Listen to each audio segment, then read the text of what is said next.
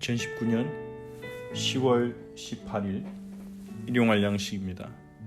오늘도 하나님의 말씀을 묵상하며 말씀으로 힘을 얻고 말씀의 인도를 따라가는 하루 되시기 바랍니다. 시편 14편을 읽겠습니다. 어리석은 자는 그의 마음에 이르기를 하나님이 없다 하는도다. 그들은 부패하고 그 행실이 가증하니 선을 행하는 자가 없도다. 여호와께서 하늘에서 인생을 굽어 살피사 지각이 있어 하나님을 찾는 자가 있는가 보려 하신즉 다 치우쳐 함께 더러운 자가 되고 선을 행하는 자가 없으니 하나도 없도다. 죄악을 행하는 자는 다 무지하냐? 그들이 떡 먹듯이 내 백성을 먹으면서 여호와를 부르지 아니하는도다. 그러나 거기서 그들은 두려워하였으니 하나님이 의인의 세대에 계심이로다. 너희가 가난한 자의 계획을 부끄럽게 하나 오직 여호와는 그의 피난처가 되시도다. 이스라엘의 구원이 시온에서 나오기를 원하도다. 여호와께서 그의 백성을 포로된 곳에서 돌이키실 때에 야곱이 즐거워하고 이스라엘이 기뻐하리로다. 아멘. 시편 14편 역시도 다윗의 시입니다. 다윗은 시편 14편에서 어리석은 자는 그 마음에 이르기를 하나님이 없다 한다고 고백합니다. 하나님이 없다, 마음으로 하나님이 없다고 믿고 살아가는 것은 어리석음이라는 것입니다. 잠언 1장에서는 여호와를 경외하는 것이 지식의 근본이라고 말합니다. 또한 잠언 9장에서는 여호와를 경외하는 것이 지혜의 근본이라고 말했습니다. 하나님이 살아계시고 그 하나님이 온 우주 만물을 주관하고 계신데 그 하나님을 거부하고 그 하나님을 부인하는 것은 어리석음 중에서 가장 큰 어리석음인 것입니다. 반면에 이 하나님의 살아계심을 인정하고 그 하나님을 두려워하고 그 하나님을 경외하는 삶을 사는 것은 지식과 지혜가 넘치는 사람이라는 것입니다. 하나님이 살아계심을 아무도 부인할 수 없습니다. 로마서 1장에서 사도 바울은 하나님이 만드신 모든 만물, 우리가 눈으로 보고 날마다 겪는 이 우주 만물 가운데 하나님의 작품인 이 우주 만물 가운데 창조자이신 하나님의 위대하심과 신성이 드러나기에 아무도 하나님을 부인할 수 없고 하나님을 알지 못한다고 핑계할 수 없다고 그렇게 말했습니다. 하나님은 지금도 살아계십니다. 하나님은 오늘도 살아계십니다. 우리의 생사화복을 주관하시는 분은 하나님이십니다. 하나님이 없다 하는 자의 생명도 하나님의 손에 있습니다. 하나님을 우상으로 바꿔서 섬기는 자들의 생사화복이 하나님의 손에 있습니다. 하나님의 살아계심을 인정하고 그 하나님을 경외하며 하나님의 뜻에 나의 방향을 맞추는 것, 하나님이 주신 복음을 믿음으로 받아들이는 것, 그것이 가장 지혜로운 선택입니다. 오늘도 그러한 지혜로운 삶을 누리는 우리 성도님들이 되시기 바랍니다. 하나님이 없다고 말하는 사람들은 부패하고 행실이 가증하다고 말합니다. 선을 행하는 자가 없다는 것입니다. 이 땅에 모든 사람들이 부패하고 행실이 가증하고 선을 행하는 자가 없다는 것입니다.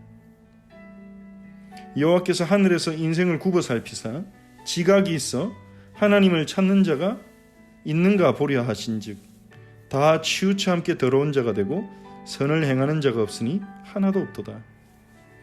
하나님이 보시는 관점에서 이 세상에는 선을 행하는 자가 하나도 없다고 선언합니다. 우리가 보는 관점에서는 선을 행하는 자들이 있습니다. 우리보다 더 선한 일을 많이 행하는 자들도 있습니다. 심지어 하나님을 믿지 않으면서도 선을 행하는 자들도 있습니다. 하지만 그 선을 행하는 동기가 중요합니다. 어떠한 동기로 선을 행하는지가 중요합니다. 하나님이 보실 때는 우리의 마음속에 있는 동기도 함께 보이기 때문입니다. 선을 행하는데 그 선을 행하는 동기가 자기 자신의 행복과 자기 자신의 만족과 자기 자신의 어떤 의의를 쌓기 위해서 그 선을 행한다면 그것은 하나님 보실 때는 선하지 않다는 것입니다.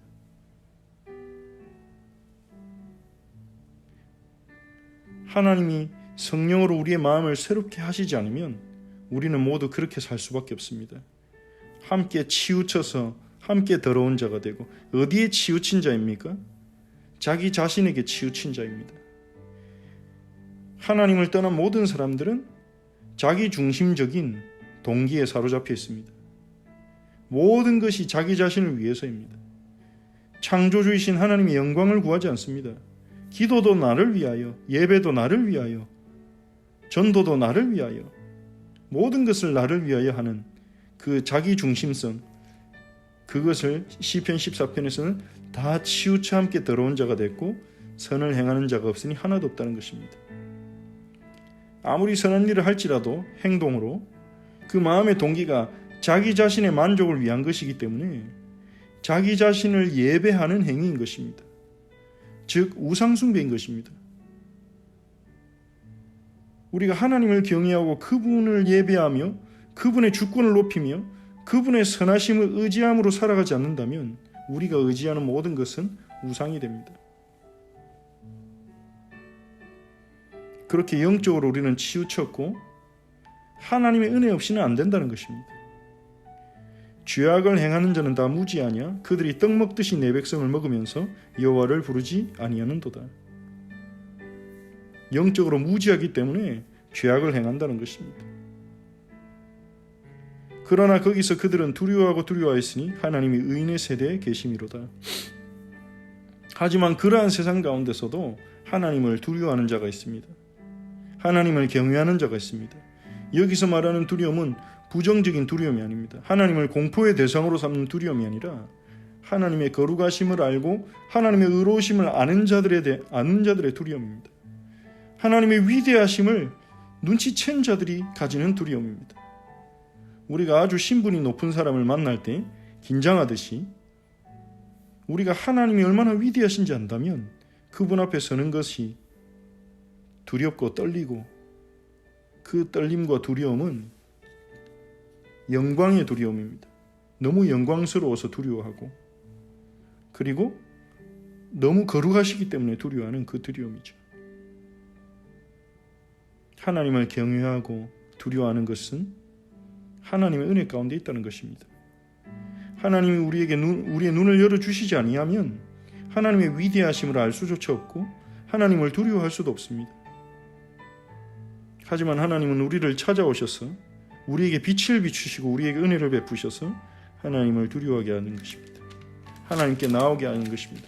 하나님은 우리에게 주신 구원의 수단인 십자가를, 예수 그리스도의 십자가를 붙잡게 하시는 것입니다. 너희가 가난한 자의 계획을 부끄럽게 하나 오직 여호와는 그의 피난처가 되시도다. 이 세상은 힘의 논리로 돌아갑니다. 힘이 없고 가난한 자는 곳곳에서 고통당하고 억압을 받고 빼앗기고 짓밟히고 그러한 일들이 이 땅에 곳곳에서 비일비재합니다. 하지만 우리는 기억해야 합니다. 아무 배경 없고 이 세상에서 아무 힘 없는 그들이 하나님께 부르짖을 때 그들의 억울함을 하나님께 부르짖을 때 하나님이 그들의 억울함을 갚아주신다는 것입니다. 하나님이 가난한 자들의 피난처가 되십니다. 누구든지 하나님을 찾는 자들의 피난처가 되십니다. 이스라엘의 구원이 시온에서 나오기를 원하도다. 여호와께서 그의 백성을 포로된 곳에서 돌이키실 때 야곱이 즐거워하고 이스라엘이 기뻐하리로다. 이스라엘의 구원이 시온에서 나온다는 것입니다. 시온은 예루살렘을 의미합니다. 예루살렘에서 구원이 나올 것을 기대합니다. 예루살렘에서 어떻게 구원이 나옵니까? 하나님의 아들이신 예수 그리스도는 예루살렘에서 예루살렘 안에서 십자가에 매달려 죽으셨고 예루살렘 안에서 부활하셨습니다. 이스라엘의 구원이 시온에서 나온다는 하나님의 약속이 그대로 성취된 것이죠. 여호와께서 그의 백성을 포로된 곳에서 돌이키시고 하나님의 백성들이 기뻐할 것을 말합니다. 하나님은 구원의 하나님이십니다. 우리가 살아가는 이 세상은 하나님이 없다고 부정하는 많은 사람들이 이 세상 속에 있습니다. 그들은 자신이 지혜롭다고 생각하지만 하나님은 그들이 어리석은 자라고 말씀하십니다. 이 땅에 많은 사람들이 자신이 착하고 자기 의에 만족하며 살아가지만 하나님은 다 치우쳐서 더러운 자가 되었고 선을 행하는 자가 하나도 없다고 말씀하십니다. 오직 하나님의 은혜만이 우리로 하여금 하나님을 경외하게 하고 우리의 눈을 열어서 구원의 주이신 하나님께로 나아가게 합니다. 하나님이 우리에게 주시는 유일한 구원의 길인 예수 그리스도의 복음을 붙들게 합니다.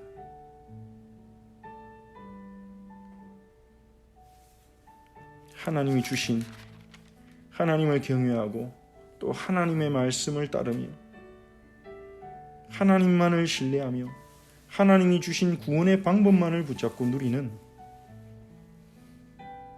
그 은혜를 구합시다. 오늘 시편 14편을 묵상하시면서 하나님의 은혜 없이는 구원받을 수 없는 우리 자신의 영적 상태를 깨닫기 원합니다. 하나님을 경외함으로 하나님 앞에 나아갈 수 있는 은혜가 우리에게 임하기를 기도합시다. 하나님이 우리의 피난처가 되셔서 오늘 우리를 구원하시고 우리에게 새 힘을 주시고 우리를 문제와 시험으로부터 건져주시도록 하나님께 은혜를 구합시다. 예루살렘에서 우리의 구원을 완성하시고 우리를 구원하신 예수 그리스도를 붙잡고 그 그리스도 안에 있는 구원을 누리도록 기도합시다. 함께 기도하겠습니다. 하나님께 감사를 드립니다. 시편 14편을 통해서 하나님 이 말씀을 묵상하며 시편 14편을 통해 우리에게 말씀하시는 하나님의 음성을 듣도록 성령으로 역사하여 주옵소서. 하나님, 어리석은 자는 마음에 이르기를 하나님이 없다 한다고 했습니다.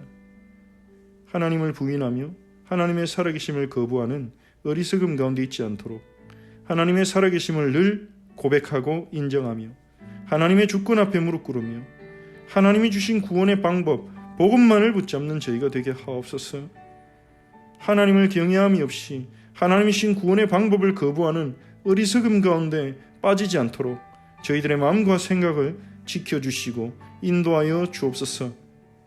가난한 자들의 피난처가 되시는 여호와여, 오늘 우리 성도들의 피난처가 되사 하나님 우리에게 힘을 주시고 주의 은혜를 허락하시며 주의 길로 인도하여 주옵소서. 예루살렘에서 우리의 구원을 완성하신 주 예수 그리스도여, 우리를 구원하신 그 구원을 우리가 믿음으로 누리게 하옵소서. 우리의 마음이 예수 그리스도의 구원을 의지하게 하옵소서. 내 힘과 내 의를 의지하는 것이 아니라 예수 그리스도의 구원을 의지하며 그 은혜로 살아가게 하옵소서. 감사를 드리며 주 예수 그리스도의 이름으로 기도합니다. 아멘. 하늘에 계신 우리 아버지여, 이름이 거룩히 여김을 받으시오며 나라의 마옵시며 뜻이 하늘에서 이루어진 것 같이 땅에서도 이루어지이다. 오늘 우리에게 일용할 양식을 주시옵고 우리가 우리에게 죄진 자를 사하여 준 것 같이 우리 죄를 사하여 주시옵고 우리를 시험에 들게 하지 마시옵고 다만 악에서 구하시옵소서. 나라와 권세와 영광이 아버지께 영원히 있사옵나이다. 아멘.